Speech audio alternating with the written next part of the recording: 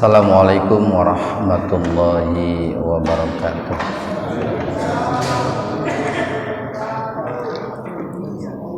Innal hamdalillah nahmaduhu wa nasta'inuhu wa nastaghfiruh wa na'udzu billahi min syururi anfusina wa sayyiati a'malina. May yahdihillahu fala mudilla lahu wa may yudlilhu fala hadiyalah. Asyhadu an la ilaha illallah wahdahu la syarikalah wa asyhadu anna Muhammadan abduhu wa rasuluh alladzi la nabiyya wa la rasula ba'da. Hadirin ikhwatu iman, jemaah Majelis Tafsir Iliyin yang mudah-mudahan senantiasa diberikan hidayah dan maghfirah Allah Subhanahu wa taala. Kajian tafsir di Majelis Tafsir Iliyin pada kesempatan subuh kali ini membahas surat Al-Baqarah ayat 265 halaman 45. Al-Baqarah ayat 265. Insya Allah dua ayat yang akan kita bahas. Jadi untuk sementara kajian tajwidnya kita lewat dulu. Ikhwatu iman arsadakumullah, jika dalam ayat sebelumnya Allah Subhanahu wa ta'ala memberikan sebuah tamsil ataupun perumpamaan orang-orang yang berinfak, lalu infaknya itu bukan di jalan Allah. Salah satu indikator infak itu bukan di jalan Allah, pertama bisa dilihat dari awal. Artinya dari awal niatnya sudah tidak ikhlas itu. Jadi bisa dipastikan kalau orang itu dari awal niatnya tidak ikhlas, infaknya itu bukan di jalan Allah. Kemudian yang kedua bisa juga dilihat dalam proses, ya, di tengah-tengahnya. Bisa jadi di awalnya ikhlas, tapi ketika prosesnya ada hal-hal yang bisa merusak infak ataupun sedekahnya. Katakanlah dirusak dengan al-manni wal adza, yaitu dengan cara menyebut-nyebut apa yang dia infakkan dan dengan cara menyakiti orang yang diberikan infak. Nah, adapun di ayat 265 ini Allah berbicara tentang orang-orang yang berinfak dengan ikhlas itu. Orang-orang yang berinfak semata-mata untuk meraih mardotillah itu, keriduan Allah Subhanahu wa taala. Dan inilah orang-orang yang mencapai hakikat infak itu. Inilah orang-orang yang dikatakan memberikan apa yang dia berikan, orang-orang yang memberi secara lahir dan batin. Dan di sini Allah memberikan tamsil, perumpamaan orang-orang seperti itu. Wa masalu, wa dan masalu, perumpamaan. Ini merupakan ayat tamsil ini, Pak. Tamsil itu sebuah metafora, sebuah perumpamaan. Dan perumpamaan alladzina, orang-orang yang,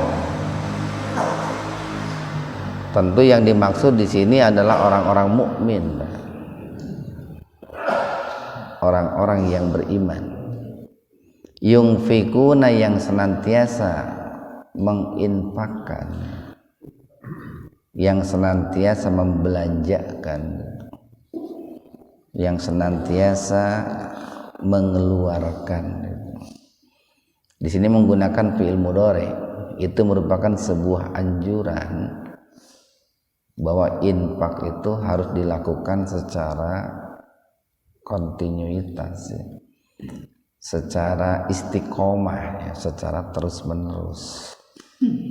Makanya kan Nabi mengatakan ahabul a'mali ilallahi adwamuha wa in qalla. Amalan yang paling dicintai oleh Allah itu yang istiqomah, yang dawam walaupun sedikit. Baca Quran itu lebih baik sedikit, 5 ayat, 10 ayat, tapi istiqomah gitu, daripada satu hari 1 juz sabulan ke sabulan per setahun gitu. Sodako itu lebih baik sedikit saja, atau boleh dikatakan begini, lebih baik besar tapi istiqomah gitu. Tapi susah kalau besar istiqomah itu, karena kita manusia itu makhluk yang kadang bosan, kadang capek, kadang sibuk gitu. Makanya Nabi mengatakan sedikit tapi istiqomah. Infak itu sedikit tapi istiqomah. Sama sholat pun begitu. Sholat, maksud saya sholat sunnah, Pak. Sholat sunnah juga begitu.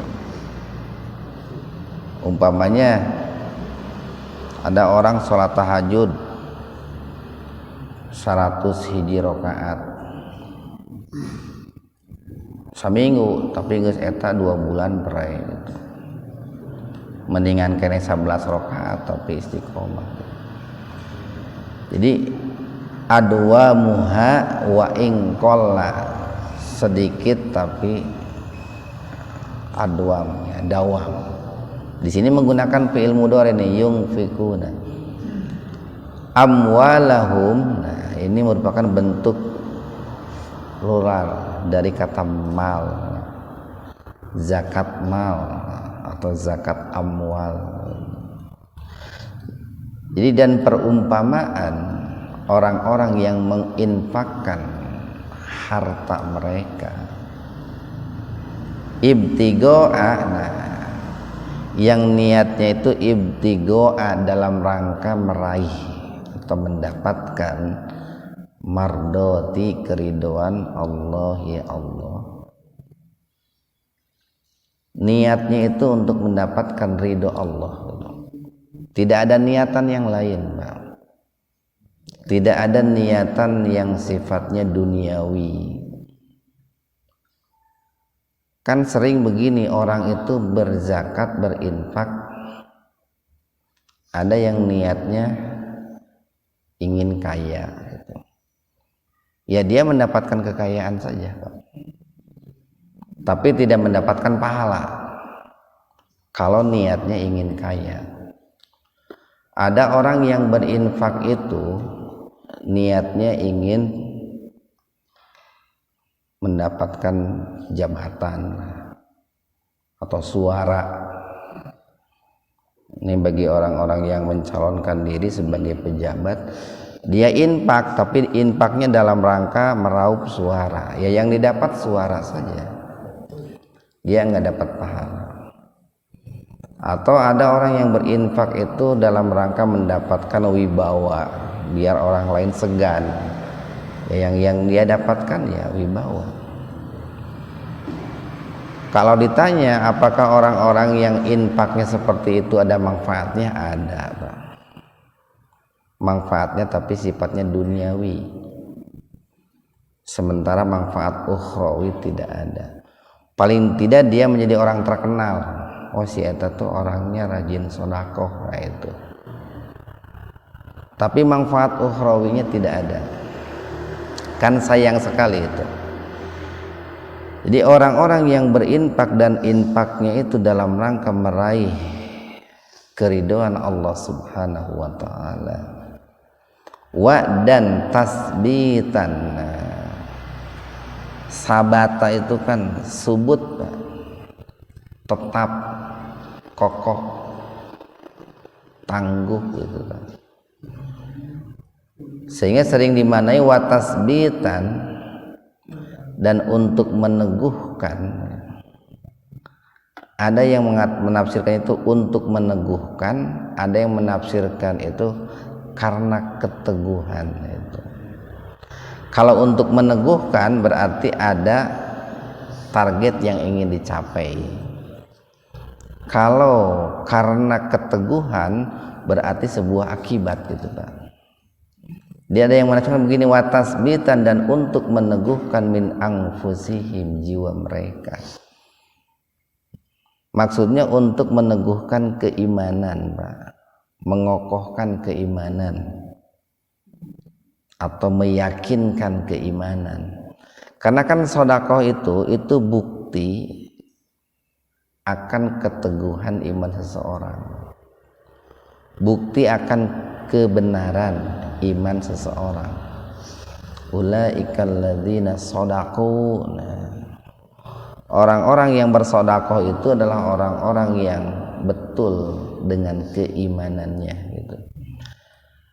Atau bisa juga ditafsirkan wa tasbitan min anfusihim, dan karena keteguhan jiwanya gitu. Jadi tidak mungkin orang itu berinfak dan infaknya itu ikhlas dalam rangka meraih ridha Allah kalau dia itu tidak memiliki keteguhan iman dalam jiwanya.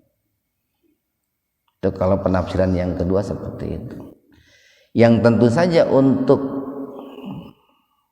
menjadi seorang mukmin yang ketika berinfak itu mardotillah dan watasbitan min anfusihim, itu kan perlu dibangun di atas pondasi ilmu, Pak. Tidak mungkin orang bisa infak niatnya ikhlas karena Allah, dan tidak mungkin juga infaknya itu untuk meneguhkan jiwa kalau dia itu tidak memiliki ilmu seputar infak gitu. Kama salina, kak seperti masali, perumpamaan jannatin, surga atau kebun. Jadi jannah itu bisa diartikan surga, bisa diartikan kebun. Nah di sini Allah menyebut kebun itu dengan kata jannah. Kenapa dengan kata jannah? Itu menunjukkan bahwa kebunnya itu kebun yang subur, Pak. Kebun yang dikelilingi oleh pepohonan, kebun yang rindang. Kan begini, kata jannah itu seakar kata dengan kata jin, Bang. Jin itu kan makhluk yang tertutup, makhluk yang kasat mata, tersembunyi. Atau seakar kata dengan kata janin. Janin itu kan jabang bayi yang masih berada dalam kandungan, tidak kelihatan itu. Atau seakar kata dengan majnun. Majnun itu kan gila. Orang gila itu orang yang tertutup akalnya itu. Nah maka jannah itu, kebun itu disebut surga atau disebut jannah karena kebunnya itu kebun yang subur, yang dipenuhi dengan pepohonan yang rindang, yang subur, yang lebat, Pak. Sama surga juga begitu, Pak. Dikatakan surga itu karena dalam surga itu dikelilingi oleh taman-taman pepohonan yang indah, yang rindang. Ini kan sebuah perumpamaan yang indah sekali.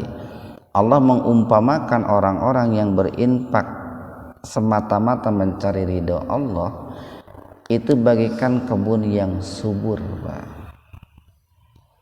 Birabwatin, rabwah itu ini dataran tinggi lah, semacam perbukitan, Pak. Jadi kebunnya itu berada di dataran tinggi. Beda itu, Pak. Kualitas kebun di dataran tinggi dengan kualitas kebun di dataran rendah itu beda. Dataran tinggi itu lebih bagus itu, sehingga hasil-hasilnya pun lebih bagus. Sokoto aina lihat kayak di pertanian di dataran tinggi kan bagus-bagus, kayak di Pengalengan kan bagus itu, atau di Cijapati, di Garut, itu kan dataran tinggi bagus itu. Beda dengan berkebun di dataran rendah itu, Pak. Jadi kenapa hasilnya kurang bagus? Karena secara kualitas tanah pun itu beda gitu. Jadi birobwah di dataran tinggi. Bahkan kalau Bapak umpamanya mencoba untuk mencicipi air kelapa itu, Pak. Kelapa yang tumbuh di dataran rendah rasanya beda dengan kelapa yang tumbuh di dataran tinggi. Kalau kelapa yang tumbuh di dataran tinggi itu lebih enak gitu, lebih manis, terus lebih ini kayak ada gasnya itu. Kalau air kelapa yang tumbuh di dataran tinggi, kalau tumbuhnya di dataran rendah, Pak, itu biasanya air kelapanya itu tiis, Pak. Hambar cek orang Sunda, daya rasaan gitu. Tentu itu kan banyak faktor, Pak, banyak faktor. Satu, faktor angin mempengaruhi. Kedua, faktor matahari mempengaruhi, Pak. Ketilu, faktor air hujan pun mempengaruhi. Saya tangkal buah teu enak rasana ayeuna mah. Sebab jarang akarnya itu kurang menyerap air hujan itu. Kenapa? Karena kan dicor atasnya. Dulu kita terpaksa dicor itu karena butuh untuk keperluan kurban itu. Sehingga sekarang akarnya mengangkat, Pak, naik itu. Kenapa akarnya naik? Karena kan nggak bisa bernapas dia, dicor, akhirnya naik gitu. Makanya ini sebagai pengumuman saja ini. Rencananya hari ini mau ditebang itu pohon mangga itu. Khawatir kalau ada angin menimpa orang gitu, atau menimpa kendaraan, kan sering banyak kendaraan di situ. Di samping itu akarnya itu mendorong sanjo itu. Itu sudah beberapa kali sanjo itu pipahnya itu patah terdorong akar gitu. Nah itu insya Allah mau ditebang. Kalau masih ada mangganya bisa dipetik rame-rame. Jadi kama sali jannatin birobwatin, itu seperti kebun yang tumbuh yang ada di dataran tinggi. Asobaha, nah, hanya itu kembali kepada jannatin birobwatin, kebun yang ada di dataran tinggi itu kemudian asoba itu kena, Pak. Makanya sering orang mengatakan usi itu kena musibah. Musibah itu asal katanya itu asoba. Kemudian kebun itu terkena wabilun. Wabil itu hujan, hujan yang lebat. Fa'atat, nah kemudian kebun itu mendatangkan atau memberikan ukul. Ukul itu buah, Pak. ukulaha buahnya itu difain 2 kali lipat, 2 kali lipat. Ini kalau para petani paham betul ini, paham betul.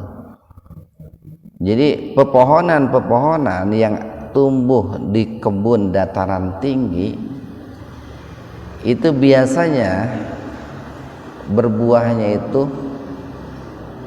lebih sering dan rutin, Pak, ketimbang pepohonan-pepohonan yang ada di dataran rendah itu. Dataran rendah berbuah tetapi kadang tidak rutin gitu. Nah, kenapa seperti itu? Pertama, ketika ada hujan, pohon yang ada di dataran tinggi itu lebih dulu mereka itu atau lebih banyak menyerap air hujan. Yang tentu saja ini perlu dipahami juga nih, Pak. Tanah tersebut adalah memang pada awalnya tanah yang subur, tanah yang tidak dipenuhi dengan sampah-sampah plastik ya, atau kebun yang tidak dipenuhi dengan sampah, dengan bebatuan, Pak. Dan ini harus dipahami juga bahwa jannah di sini, kebun di sini itu kalau dalam diri kita manusia itu bagaikan hati, Pak, bagaikan hati. Jadi kalau kebun yang ada di dataran tinggi ketika tertimpa air hujan, dia akan mendatangkan buah berkali lipat atau berlipat ganda. Kenapa mendatangkan buah berlipat ganda? Itu kalau dilihat tuh dalam penelitian itu, karena si akarnya kalau yang ada di dataran tinggi itu akan terus akan menjalar menjangkau ke sumber air gitu, sehingga si pohonnya itu semakin kokoh karena dia mencari sumber air, Pak, mencari sumber air. Beda dengan kebun-kebun yang ada di dataran rendah, kan sumber airnya dekat, dia tidak mau usaha lebih jauh lagi. Kayak manusia pun begitu. Manusia kalau dari kecil dididik prihatin, dia akan mikirnya tajam itu, Pak, dalam mikirnya itu. Tapi kalau manusia dari kecil dididik enak, hayang iya geus aya, hayang itu geus aya, tinggal iya, tinggal itu, tinggal cek gitu. Itu biasanya nggak berpikir, dia kurang tahan banting, kurang tahan uji biasanya. Nah, kebun pun sama seperti itu. Di samping itu, dengan adanya di dataran tinggi itu terpaan anginnya itu udara yang menghembus kepada pohon-pohon yang tumbuh di situ itu semakin banyak. Karena salah satu fungsi angin itu adalah untuk menghilangkan ini hama-hama, Pak. Jadi hama penyakit yang menempel pada daun itu akan terhempaskan itu dengan angin itu. Di samping itu kan kalau di dataran tinggi biasanya jauh dari polusi, sehingga daun-daunnya itu bersih, beda dengan pohon-pohon yang ada di kota kan, penuh polusi udara gitu. Nah itu hati pun begitu, Pak. Hati manusia pun kalau hati itu subur, Pak. Kenapa hati itu subur? Karena dia itu sering dirawat. Ketika disiram dengan siraman Al-Quran, siraman hadis, atau istilahnya itu siraman rohani, Pak, maka itu akan keluar dari hati itu tanaman-tanaman iman, itu akan tumbuh tanaman-tanaman iman yang ada dalam hati itu. Lalu kemudian tanaman iman itu akan keluar mengeluarkan buah, Pak. Apa buah tanaman iman itu? Buah dari mulut, perkataannya baik, perkataannya benar, itu buah, Pak. Jadi orang itu kalau bicaranya baik, benar, berarti itu hatinya juga baik, benar. Tanaman iman itu pikiran, akal. Kalau orang imannya bagus karena tumbuh pada hati yang subur, ketika berpikir hasil pemikirannya pun bagus, bermanfaat bagi orang banyak. Banyak lagi, Pak. Bisa dilihat tanaman iman itu buahnya dari tangan, dari telinga, dari mata. Sakayana Bapak bandingkan, Bapak melihat mata seorang yang soleh dengan mata seorang preman, kan beda, Pak. Melihat mata orang yang soleh itu jual adem, kan, ke hati itu adem gitu. Tapi melihat preman jual birigidi gitu, Pak, amit-amit gitu. Kan begitu. Orang melihat mata orang yang soleh, alhamdulillah. Tapi melihat orang yang jahat, naudzubillah, kan gitu, Pak. Nah itu kenapa kok begitu? Karena apa yang keluar. Jadi kalau diibaratkan, kita sering mengibaratkan bahwa pikiran, mulut, tangan, mata, telinga itu merupakan daun kalau dalam pepohonan, begitu, Pak. Buah kalau dalam pepohonan. Kan ini merupakan tamsil, Pak. Allah mengibaratkan orang yang berinfak itu dengan ikhlas itu seperti kebun. Kebun yang bagus itu adalah seperti hati yang subur. Kebun yang bagus keluar tanaman-tanaman yang menghasilkan 2 kali lipat. Sama hati yang subur pun itu akan mengeluarkan buah-buah keimanan. Yang buahnya itu bisa dirasakan manfaatnya oleh orang banyak. Makanya sering orang mengatakan begini, hati manusia itu memang di dalam gitu, tidak kelihatan. Tapi sedikit besarnya isi hati orang itu akan terbaca. Dari mana terbacanya itu? Ya dari daunnya itu. Jadi ketika orang itu bicara, isi hatinya akan terbaca itu, Pak. Ketika orang itu melihat, isi hatinya akan terbaca. Ketika orang itu mengeluarkan ide, gagasan, isi hatinya akan terbaca. Kalau orang itu keimanannya bagus, ilmu-ilmu agamanya bagus, biasanya yang dibicarakan itu keimanan, ketakwaan. Tapi kalau orang itu isi hatinya ngeres, porno, maka yang dibicarakan itu ya yang porno-porno aja, Pak. Itu kan isi hati. Nah makanya kita harus hati-hati ketika kita berpikir, ketika kita berbicara. Karena apa yang kita pikirkan dan apa yang kita bicarakan, termasuk apa yang kita lakukan, itu merupakan buah dari apa yang ada dalam hati. Kan sering diibaratkan begini, hati itu bagaikan motor penggerak, Pak. Mata kita diperintah oleh hati, mulut kita diperintah oleh hati, akal kita diperintah oleh hati. Sehingga apa yang dilakukan oleh anggota badan kita, mata, telinga, hidung, mulut, itu tergantung perintah sang raja, yaitu hati itu. Jadi kalau kebun itu ditimpa dengan hujan yang lebat, dia akan mendatangkan buah berkali lipat.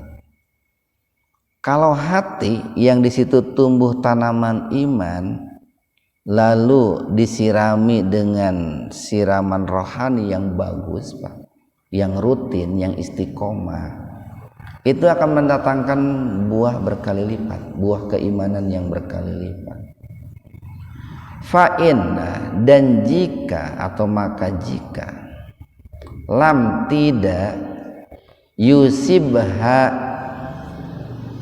tadi asoba fi'il madi, ini yusibha fi'il mudhari. Dan jika kebun itu tidak dikenai atau tidak ditimpa wabilun, hujan yang lebat, fatolun itu. Tolun itu kebalikan dari wabil. Tolun itu hujan gerimis, itu hujan rintik-rintik lah. Maksudnya begini, kalau kebun itu adanya di dataran tinggi, lalu memang karakter kebunnya itu memang subur, Pak, tidak banyak sampah, tidak banyak bebatuan, ditimpa air hujan kecil pun itu tetap itu akan mendatangkan manfaat, mendatangkan buah. Kenapa? Karena memang tanahnya, karakternya sudah subur. Begini Pak, kalau tanah yang subur ketika ditimpa air hujan itu, dia akan mampu untuk menyerap air hujan, meresap itu ke dalam tanah itu, diserap oleh akar-akar gitu.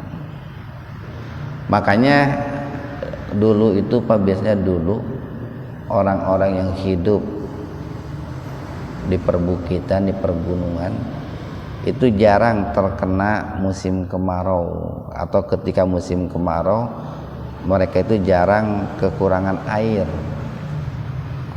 karena memang banyak air-air yang diserap, disimpan oleh akar-akar pohon. Jadi ke musim kemarau ge air teh lancar we, itu kalau dulu begitu. Ayeuna mah asa geus susah sabab banyak disedot barangkali paku industri-industri sekarang.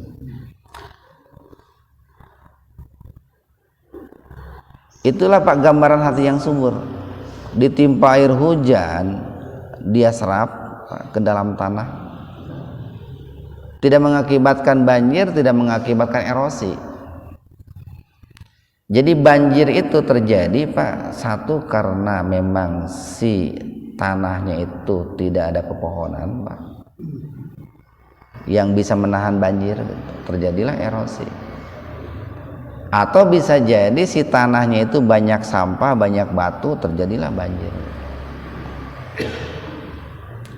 Tapi beda dengan tanah yang subur, dia serap itu. Sama hati manusia yang subur pun begitu. Ketika disiram dengan siraman rohani Al-Quran dan hadis, dia serap itu Pak, dia serap. Kemudian setelah dia serap, dia keluarkan lagi, sehingga orang lain mendapatkan manfaat. Tapi kalau orang itu hatinya tidak subur, ketika disiram dengan siraman rohani, aduh aing gararan yang celi ya cenah gitu. Itu Pak,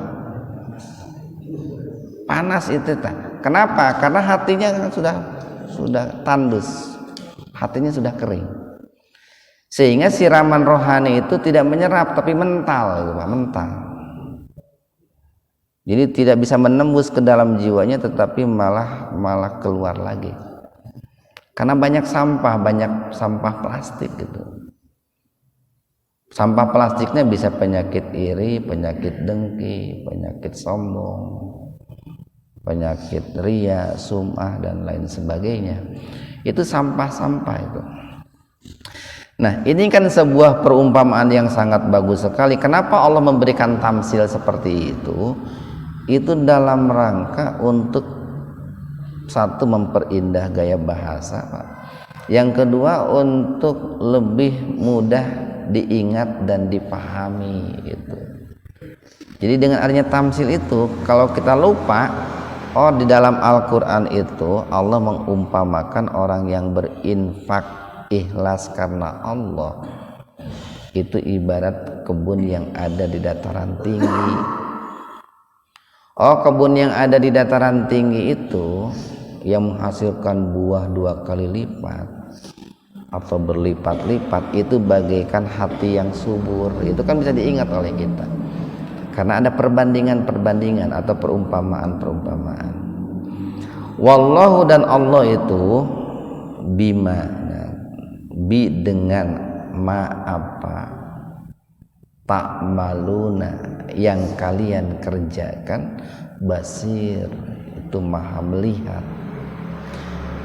Jadi ketika orang itu berinfaknya ikhlas karena Allah dan untuk mengokohkan jiwanya, Allah maha tahu, Pak. Begitu pula ketika orang itu berinfak, infaknya itu karena ria atau infaknya itu dengan cara menyakiti orang lain, sama Allah pun maha melihat, maha mengetahui. Jadi di satu sisi nih, ungkapan wallahu bima ta'maluna basir itu merupakan kabar gembira bagi orang-orang yang berinfak ikhlas karena Allah, tetapi merupakan ancaman juga bagi orang-orang yang berinfak bukan karena Allah. Karena begini Pak, kalau orang itu infak lalu infaknya itu bukan karena Allah, semula dia berikan manfaat, semula awalnya dia berikan manfaat bagi dirinya ataupun bagi orang lain, tapi kemudian manfaat itu dirusak oleh madarat. Kenapa dia rusak? Kenapa dirusak dengan madarat? Karena seringkali setelah dia berinfak itu muncul arogansi, muncul kesombongan, muncul keangkuhan, sehingga yang tadinya sudah baik, kemarin kan sudah digambarkan, itu bagaikan orang yang berinfak bukan karena Allah itu bagaikan batu licin, itu kan Pak, bagaikan sokwan yang di atas batu licin itu kan ada tanah, lalu di atas tanah itu tumbuh tanaman-tanaman. Jadi tumbuhnya tanaman di atas batu licin itu karena ada tanah yang subur itu. Kalau nggak ada tanah, nggak mungkin tanaman itu tumbuh. Tetapi kemudian karena batunya itu licin, ketika ditimpa oleh air hujan yang lebat, tanahnya itu terbawa hanyut. Akhirnya tumbuhannya pun terbawa hanyut.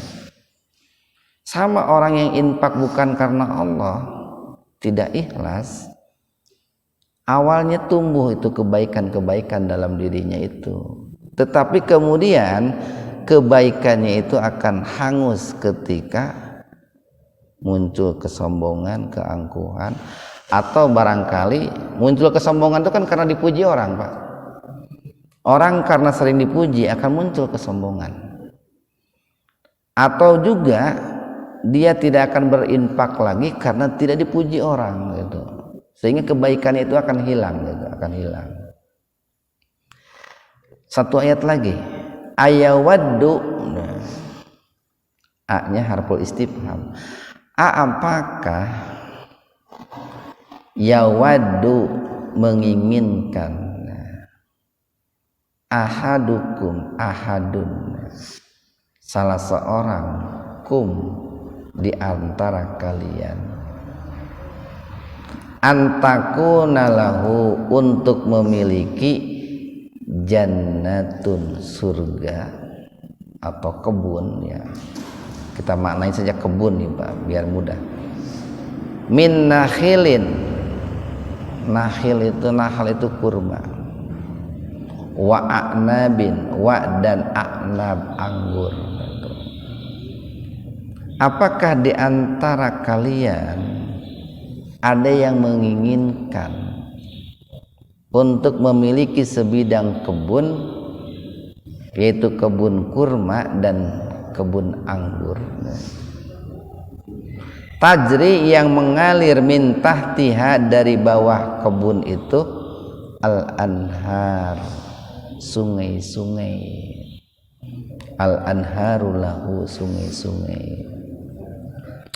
Ini Pak sebuah gambaran kebun yang ideal itu seperti ini.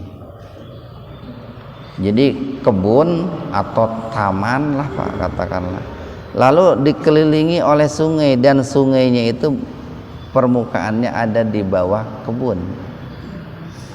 sehingga sungai itu Pak, air yang ada di sungai itu akan diserap oleh akar-akar pohon yang ada di kebun itu. Bahkan jangankan kebun Pak, rumah pun idealnya begitu. Selokan-selokan, sungai-sungai itu idealnya adanya di bawah permukaan rumah gitu. Ayeuna mah kan rata-rata geus jarang Pak. Selokan yang ada di bawah permukaan rumah teh kadang sajajar ayeuna mah. Malah ada yang lebih tinggi lagi, selokannya di atas, rumahnya di bawah. Ya otomatis begitu hujan banjir atau begitu. Nah, ini kebun yang ideal Pak, dan kebun yang berkualitas tentu. Jadi di sini disebutkan kata nahil dan a'nab itu karena bagi orang-orang Arab waktu itu dua kebun yang sangat berharga sekali Pak. Kebun kurma dan kebun anggur itu. Dan di sini Allah menyebutkan kebun itu bukan berarti terbatas pada kebun Pak. Atau bukan berarti ayat ini hanya berlaku bagi para petani, bukan. Jadi kata jannah di sini itu bisa dimaknai kalau dia itu seorang pedagang, berarti jannah itu dalam arti itu adalah tempat dagang. Kalau dia seorang peternak, berarti jannahnya itu adalah peternakan Pak. Kalau dia itu seorang naon dia tuh, katakanlah seorang karyawan, pejabat, pegawai, ya dia tempat kerjanya itu Pak, tempat kerjanya. Pokoknya sesuatu yang bisa menghasilkan dan menjadi sumber kehidupan, itulah jannahnya itu Pak. Jadi bukan hanya berlaku untuk para petani saja. Sehingga supaya ayat ini bisa berlaku untuk semua kalangan, kata jannahnya itu harus dibedah lebih dalam itu. Jadi kebunnya orang-orang seperti bapak-bapak yang jadi pegawai, berarti kan kantor itu Pak. Kantor itu kebun itu. Karena dari kantor itulah kita mendapatkan wasilahnya mendapatkan rezeki. Bagi bapak-bapak yang pedagang, berarti kebunnya itu tempat dagang gitu Pak. Fiha, nah di dalam kebun itu terdapat mingkuli tiap-tiap as-samarot, buah-buahan. Karena biasanya begini Pak, para petani itu di beberapa daerah itu ada yang menanam pepohonan itu di bawahnya itu ada buah-buah yang lain. Istilah nanti naon atunya, tumpang sarinya. Jadi dia menanam duren gitu Pak, tapi di bawah pohon duren tuh ada buah cabai gitu Pak, ada pohon tomat gitu Pak. Itu namanya tumpang sari itu. Jadi menghasilkan hasil yang berlipat ganda. Nah, wa asobahu, kemudian dia itu asoba itu kan tadi mengenai Pak, menimpa. Al-kibaru, masa kibar Pak, masa tua. Jadi begini, kita lihat lagi. Walahu, dan dia itu memiliki dzurriyyatun, keturunan du'afa, yang masih lemah, yang masih kecil-kecil. Ini memberikan sebuah gambaran tentang orang-orang yang berinfak tetapi infaknya itu tidak ikhlas karena Allah. Kenapa di sini digambarkan seperti itu? Kan begini, ada orang katakanlah dia itu sebagai seorang petani Pak. Itu dari masa muda areal pertaniannya itu sudah dia kelola, dia rawat, dia bangun dengan baik gitu kan. Dia tanami pohon kurma, dia tanami pohon anggur, atau dia tanami pohon-pohon yang lain dengan tujuan bahwa pohon itu akan menjadi sumber kehidupan ketika masa tua.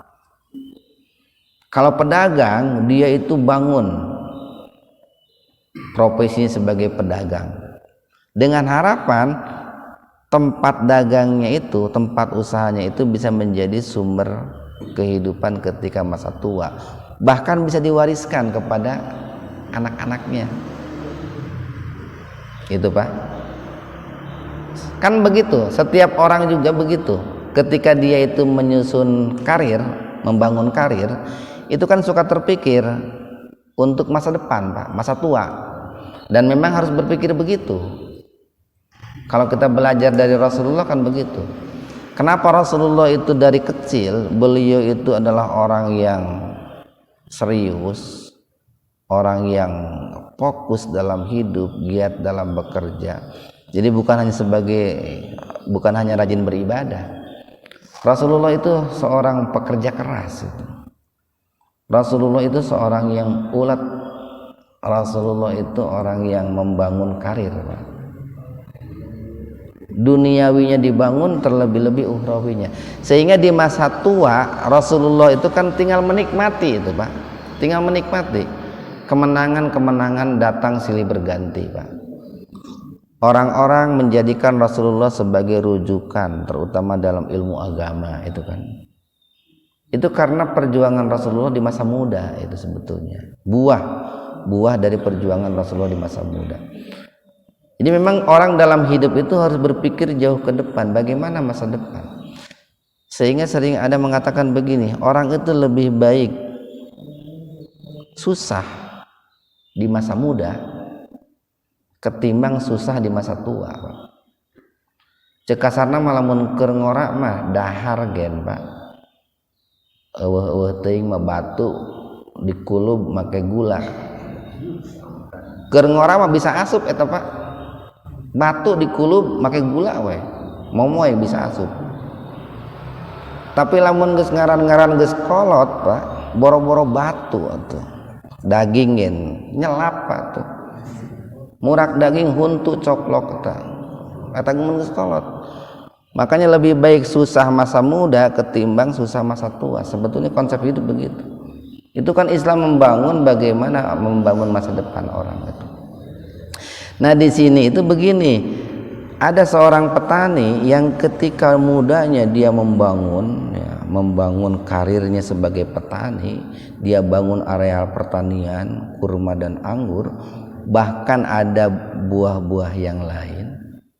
Kemudian dia masuk kepada usia senja itu, Pak. Sedangkan dia memiliki keturunan anak-anak yang masih kecil-kecil. Fa'asobaha, kemudian kebun itu diterjang lah. I'sorun. Ini ada yang menafsirkan kalau Sulaiman Al-Asqar dalam Jumdatut Tafsir menafsirkan i'sor itu angin yang bentuknya seperti tiang gitu, berhembus dari bumi ke langit. Nah, beliau memaknainya itu angin tornado gitu. Kalau ini Wahbah Zuhaili dalam tafsir Al-Munir, beliau menafsirkan i'sor itu adalah angin topan gitu. Yang jelas adalah angin yang mendatangkan malapetaka lah Pak. Fihi, yang pada angin itu narun, ada api Pak. Ada api. Itu angin Pak, kalau semakin kencang itu akan mengeluarkan api itu Pak. Akan mengeluarkan api. Pahtarokot. Kemudian kebunnya itu hangus terbakar itu. Karena begini, angin itu Pak, ada angin yang membawa bibit hujan Pak. Angin yang membawa bibit hujan itu dingin itu. Yang kemudian angin yang dingin itu akan berkumpul, bergumpal, lalu menjadi awan. Awan itu tertiup oleh angin yang panas, meleleh, turun hujan itu. Tapi ada juga angin yang memang dari awalnya sudah panas itu. Nah, ini digambarkan bahwa kebun itu disapu oleh angin yang kencang, katakanlah tornado atau topan. Kemudian pada angin itu karena dia membawa hawa panas sehingga kebunnya itu hangus terbakar. Nah, ini kan sebuah gambaran yang sangat menyedihkan, Pak. Menyedihkan. Kenapa menyedihkan? Karena dia sudah membangun karirnya dari masa muda untuk persiapannya di masa yang akan datang, bahkan untuk diwariskan kepada generasi keturunannya. Tapi tiba-tiba kebunnya itu hangus terbakar, habis, tidak menyisakan sedikit pun. Sementara dia usianya sudah tua, untuk membangun kembali kebun itu sudah tidak kuat, tenaga sudah habis. Kawani geus leutik, kadaek geus leungit, bahkan boro-boro hayang macul, peuting oge awak teh geus nyeri gitu, Pak. Pagawe teh hayang dipencetan gitu nya. Pagawe teh rek sare teh dilabu teh. Dibalur. Lamun teu dibalur ku balsem, dibalur ku naon gitu. Nyeri we awak teh, Pak. Pokoknya geus teu kapikiran deui lamun arek ngebon deui geus teu kapikiran eta. Geus capek awak teh. Beda, Pak, kalau orang itu karirnya, usahanya bangkrut di masa muda, itu dia punya semangat lagi untuk membangun karir, Pak. Kenapa? Karena potensinya masih besar. Pikirannya masih cerdas, kemudian tenaganya masih kuat, badannya masih sehat. Tapi kalau orang karirnya itu anjlok di masa menjelang tua, sudah ya hampir tua lah, itu susah untuk bangkit. Kenapa? Karena kemampuan yang ada dirinya sudah pada menurun, itu kan bisa dibayangkan orang itu putus asa itu ketika kebunnya hangus terbakar itu. Nah, itu merupakan sebuah gambaran, Pak, bagi orang-orang yang ikhlasnya, yang sodakohnya, infaknya tidak ikhlas karena Allah. Jadi dia berinfak semasa hidup di dunianya dengan harapan nanti, Pak, di akhirat itu ibarat masa tua itu, Pak. Akhirat dengan masa tua itu ada kaitan itu. Akhirat itu kan kehidupan akhir, masa tua itu kan masa akhir itu, Pak.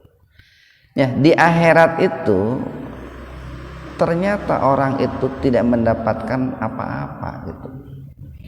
Infak yang dia keluarkan selama di dunia itu tidak bisa menghantarkan ke dalam surga dan tidak bisa juga membentengi dirinya daripada siksa api neraka. Kenapa? Karena dia infaknya itu, ini kalau kita lihat di dalam tafsir katakanlah As-Sa'di, beliau mengatakan karena orang itu berinfak tapi infaknya itu diiringi dengan maksiat katanya. Infaknya sudah bagus membersihkan jiwa, tapi kemaksiatannya itu merusak infaknya. Ada juga ulama yang menafsirkan nih, seperti ini Abu Bakar Jabil Al-Jazairi. Mereka itu adalah orang-orang yang infaknya tidak ikhlas, riya, sum'ah. Dengan infak ya, dia berharap bahwa di akhirat itu dia mendapatkan keselamatan, dia dimasukkan ke dalam surga. Dia berharap infaknya itu bisa membentengi dari siksa api neraka. Tetapi karena infaknya itu dirusak dengan riya, dengan mani wal adza, dengan menyakiti orang lain, sehingga infak sodakohnya itu tidak bisa menyelamatkan dirinya. Maka sedihlah dia, Pak, putus asalah dia, seperti sedihnya dan putus asanya orang-orang yang membangun sebuah tadi areal pertanian dengan harapan untuk masa depan, tapi kemudian kebunnya itu hangus terbakar.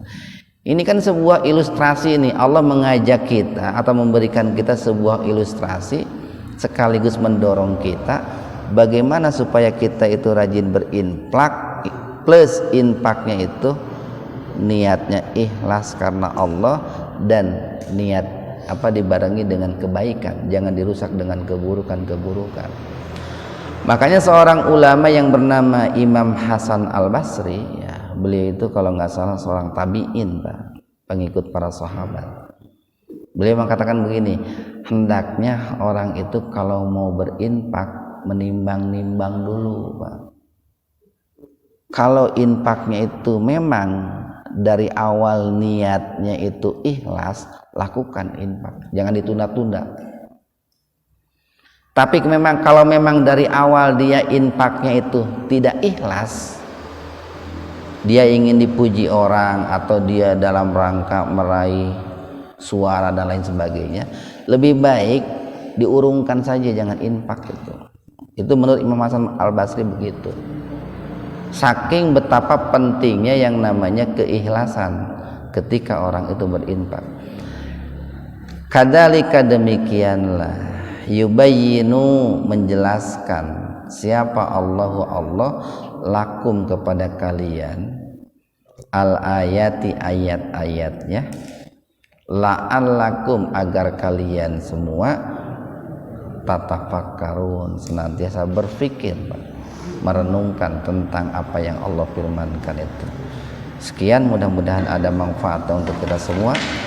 Subhanakallahumma rabbana wa bihamdika asyhadu an la ilaha illa anta astaghfiruka wa atubu ilaik.